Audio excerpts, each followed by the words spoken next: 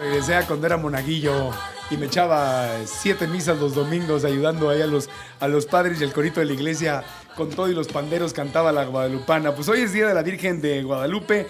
Venía manejando en la mañana y dije, no hay tráfico. Llegué en 10 minutos y te hago media hora, 40 minutos y no había tráfico. Y ya llego y, es que es Día de la Virgen y les dieron el día a mucha gente. Yo también querría haber tenido mi día libre, pero con mucho gusto estamos acá. Oigan, está con nosotros, están dos expertas porque vamos a hablar de la historia, no desde el punto de vista religioso, no religioso, sino de la historia, porque la Virgen de Guadalupe, más allá de que seas creyente o no seas creyente, pues es un personaje histórico, es parte de la identidad mexicana que gran parte de América Latina ha tomado también como parte de su identidad. En Estados Unidos tú hablas de la Virgen de Guadalupe y los latinos en general se identifican con ella, pero bueno, para México pues fue nuestra primera bandera, si mal no recuerdo, antes de que tuviéramos la bandera actual. Así que está con nosotros Elisa Queijeiro, escritora experta en el tema, la storyteller mexicana, y también la maestra Lourdes Ibarra, historiadora que regresa al programa. Las dos, bienvenidas, ¿cómo están? Muy bien, muchas gracias. Feliz día guadalupano. Feliz día, agradecida, la verdad, agradecidas mucho de poder compartir, de poder estar aquí con Lourdes. Oigan, pues vamos a aprender, porque aprender de historia es muy sabroso.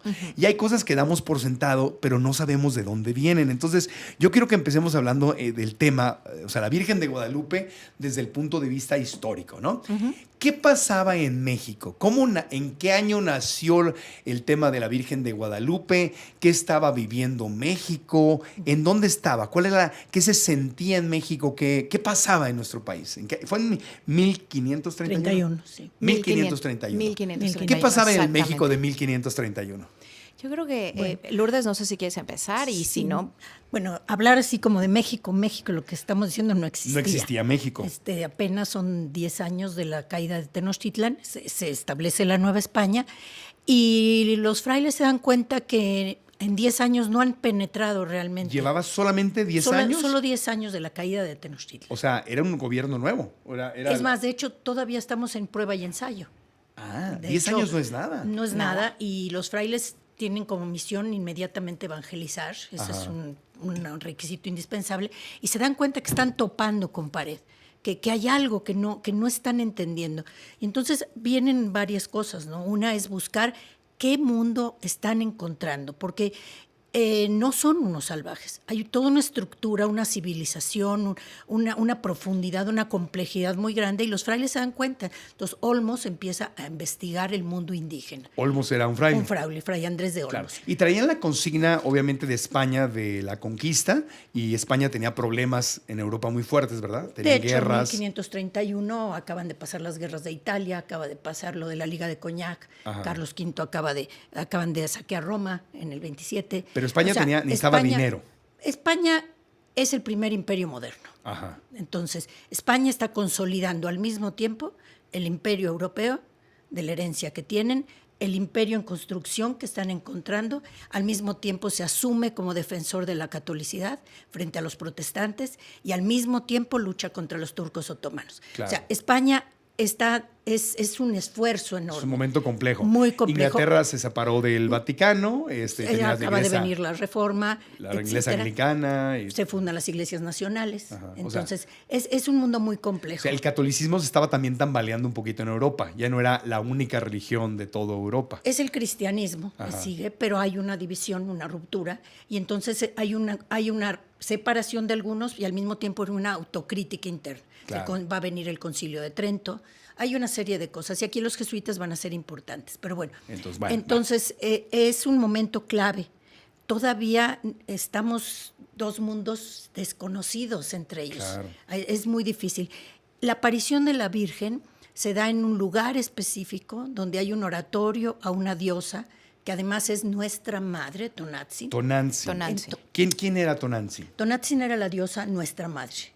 Así se decía. Y de alguna manera siempre la mujer representa fertilidad, vida. Entonces, en ese lugar había un adoratorio. Juan Diego, están recién convertidos. Entonces, Juan Diego dice que le habló la Virgen, le dice al arzobispo, a Zumárraga, que se apareció la Virgen. Zumárraga no le cree. Son 4 operaciones desde el 9 de diciembre. Regresa y entonces tiene que traerle una prueba. Entonces es cuando el ayate y las toda flores. la idea, el ayate, las flores, llega y la imagen se presenta.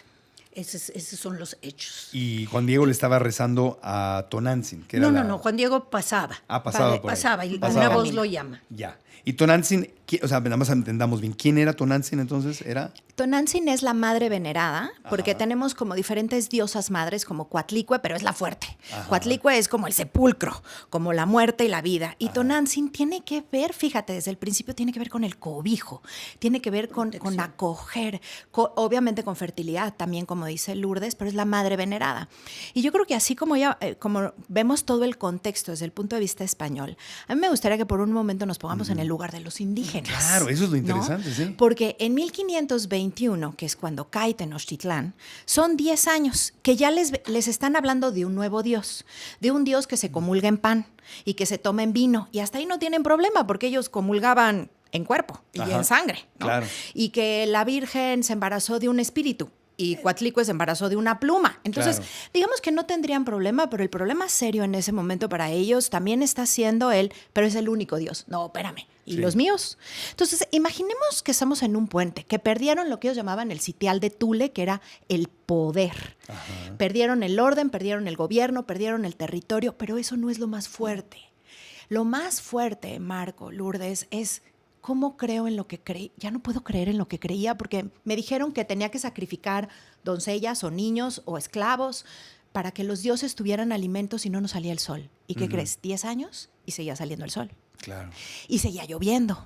Entonces, hay una profunda crisis de identidad y yo creo que ese va a ser el punto de encuentro con Guadalupe a lo largo de toda nuestra historia. En esa identidad de los indígenas, de hecho hay una carta de Zumárraga muy interesante en 1529 que le avisa al rey que los indígenas se están suicidando. Que hay suicidios de indígenas y aquí es, por un lado, lo que estaban haciendo los oidores y el abuso que sí existía. Obvio. Y que Zumárraga, que es nuestro primer obispo, al cual en la narración de Guadalupe, que ojo, es una narración en náhuatl, escrita por primera vez por un indígena, Antonio Valeriano, ya converso, que dice, el dolor es tan profundo que se están muriendo y si no viene Dios a ayudar, esta tierra se va a perder. Se le habían perdido el sentido a las cosas. El sentido. Porque además hay que recordar que los españoles vienen no a sugerir, conviértanse al catolicismo. No. Vienen a imponer. Vienen a es una obligación, o sea, no es una opción no convertirte. No, y una es una cosa misión de Dios. Es una misión y había una carta, la famosísima esa carta del Papa, donde ¿cómo era? De las misiones, donde les da carta abierta para que hagan lo que tengan que hacer y apliquen lo que tengan que hacer con tal de convertir al mundo. Es un Y requisito evangelizar. indispensable, la evangelización. O sea, sí, es pero incluso la la justificación para que España esté aquí. claro, pero frente a los es demás. una carta papal en donde les da permiso de esclavizar, golpear. No, porque el indio nunca fue esclavo. No, pero me refiero en contexto global, esta carta famosa con la que le da licencia a lo que hicieron en Canadá, en América Latina, ahí se me va ahorita, pero es una... Bueno, pero vienen con la consigna de imponer el catolicismo. Y yo creo que hay una creencia, ¿no, Lourdes? Hay Va una creencia más allá de una profunda consigna, va más allá. de hay que ayudar, o sea, este es el Dios en el que ellos creen. Claro. Y a diferencia de otras conquistas, llegan, quitan, pero dan, ¿no? Esto no te hace bien, esto es lo que te hace bien, ¿no? Hacen como un tejido. Es que es cumplir la voluntad de Dios. Sí, O sea, traen va esa más creencia. allá de lo demás, es cumplir la voluntad de Dios. Por eso pueden estar aquí. Por eso pueden estar aquí. Porque su requisito es evangelizar. A eso vienen, sí, a evangelizar. Exacto. A eso me refiero, no era una opción. Ok, ahorita seguimos hablando de cómo apareció el milagro guadalupano. Después de mensajes, seguimos en Grupo Fórmula.